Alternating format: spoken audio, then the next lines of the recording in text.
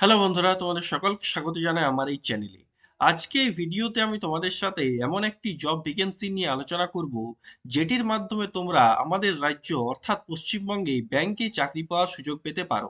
ওকে, ঠিক আছে। তাহলে দেখো, এই যে নোটিফিকেশনটি তোমরা দেখতে পাচ্ছ, এই নোটিফিকেশনটি হচ্ছে সেটি যেটির মাধ্যমে তোমরা পশ্চিমবঙ্গে ব্যাংকে চাকরি পাওয়ার সুযোগ কিন্তু পাবে। ওকে, দেখো প্রথমে দেখে নাও যে এই যে নোটিফিকেশনটি কোন ব্যাংকের তরফ থেকে এসছে সেন্ট্রাল ব্যাংক অফ ইন্ডিয়া।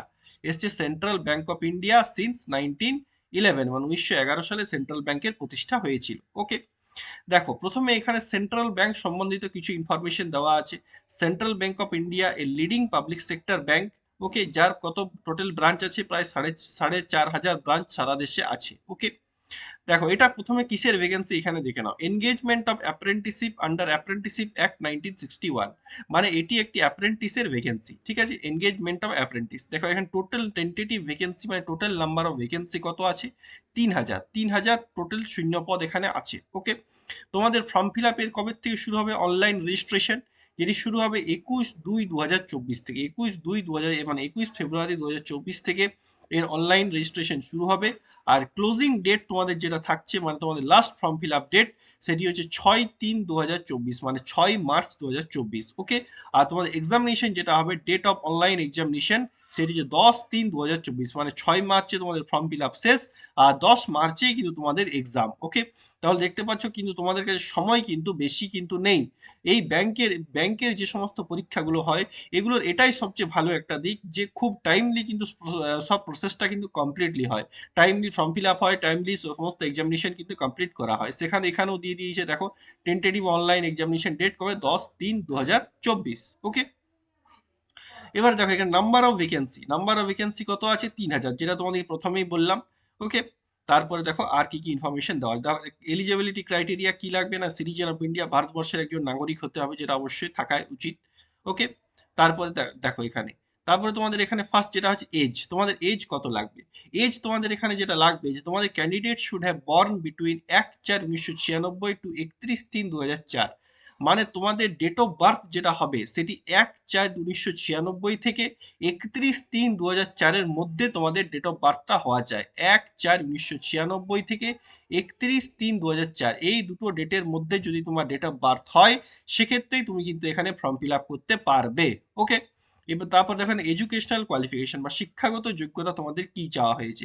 শিক্ষাগত যোগ্যতা এখানে যে চাওয়া হয়েছে সেটি হচ্ছে সিম্পল একটি গ্রাজুয়েশন ডিগ্রি, গ্রাজুয়েট ডিগ্রি।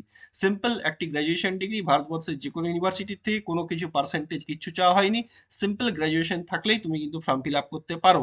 কিন্তু তোমার যেটা পাসিং সার্টিফিকেট, মানে তোমার গ্র্যাজুয়েশন কমপ্লিট হওয়া চাই 31/3/2020-র মধ্যে, 31/3/2020-র মধ্যে, বা গ্র্যাজুয়েশন আফটার 31, মানে 31/3/2020-র পরে কিন্তু তোমার গ্র্যাজুয়েশনটা যেন কমপ্লিট হয়, সেক্ষেত্রে তুমি কিন্তু ফর্ম ফিল আপ করতে পারবে। ওকে, তারপর দেখো রেজিস্ট্রেশন প্রসেস, কিভাবে তোমাদের রেজিস্ট্রেশন করবে? অবশ্যই অনলাইনে রেজিস্ট্রেশন করবে।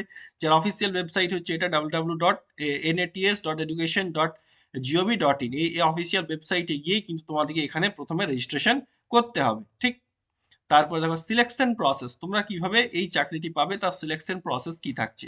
দেখো প্রথমে যেটা হবে সেটি অনলাইন রিটেন টেস্ট। প্রথমে তোমাদের একটি objective type online written test হবে।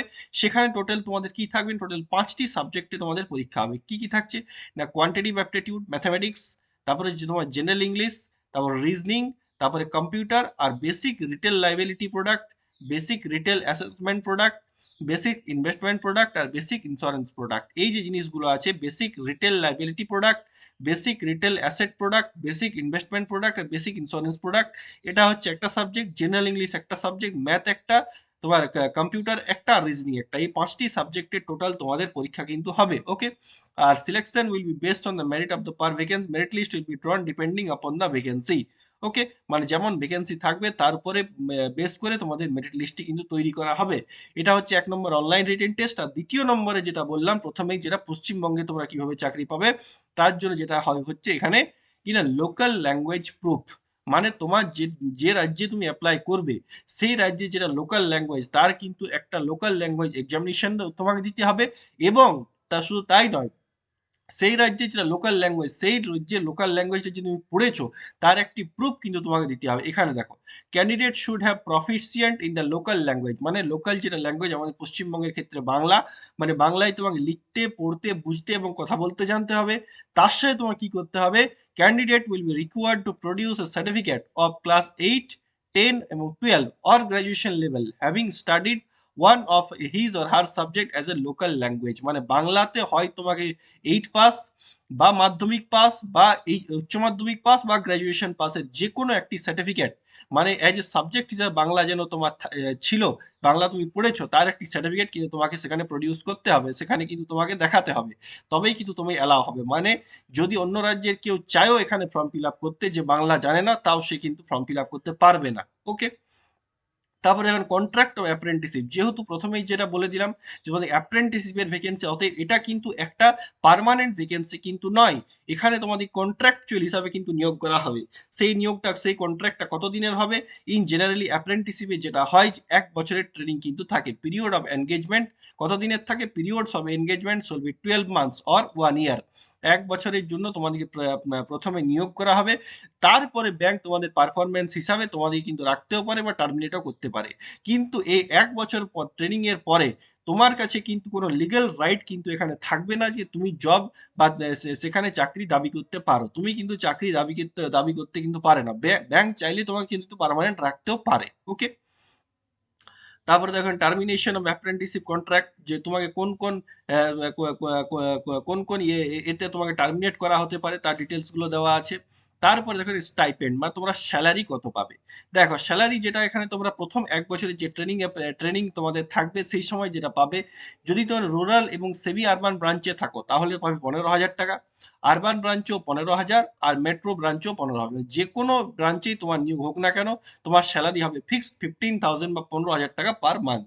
ওকে, তারপরে দেখো, তারপরে আর কি কি ইনফরমেশন দেওয়া আছে সেগুলো একটু দেখে নিই। ঠিক আছে, conduct of discipline, assessment, certification, weightage of the employment in the bank, other terms and condition, সমস্ত তথ্য এখানে দেওয়া আছে।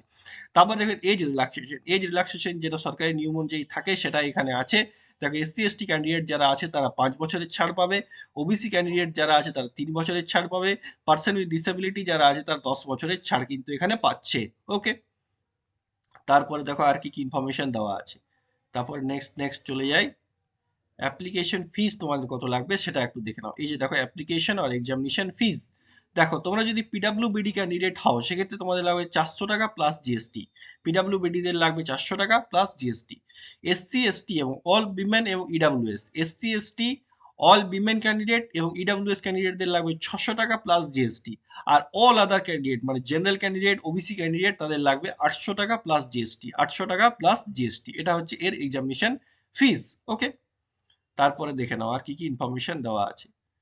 তারপর নেক্সট কিভাবে দেখো তোমরা অ্যাপ্লাই করবে সেটা আগেই তোমাদেরকে বললাম, এটি হচ্ছে অফিসিয়াল ওয়েবসাইট, এখানে গিয়েই তোমাদের 31/2 থেকে 6/3 তারিখের মধ্যে তোমাদের কিন্তু অ্যাপ্লাই করতে হবে।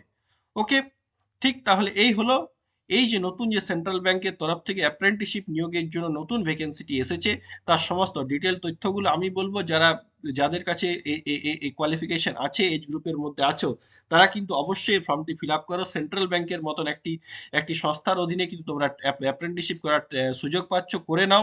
এবং দেখো 15,000 টাকা প্রতি মাস দিচ্ছে নিজের রাজ্যে থেকে, 1 বছর একটি সরকারি সংস্থানে 15,000 টাকা খুব একটা খারাপ কিছু নয়। এবং পরবর্তীকালে এই ট্রেনিংটা যদি করে থাকো পরবর্তীকালে কিন্তু ব্যাংকে চাকরি পাওয়ার একটা সুযোগও কিন্তু তোমার কাছে অবশ্যই কিন্তু থাকবে। ওকে ওকে, ঠিক আছে, তাহলে যেসব বন্ধুদের এই ভিডিওটি ভালো লাগলো তারা অবশ্যই ভিডিওটি লাইক করো, বন্ধুদের সাথে শেয়ার করো এবং এই ধরনের ভিডিও সম্বন্ধে আপডেট থাকার জন্য অবশ্যই চ্যানেলটিকে সাবস্ক্রাইব করো। Thank you.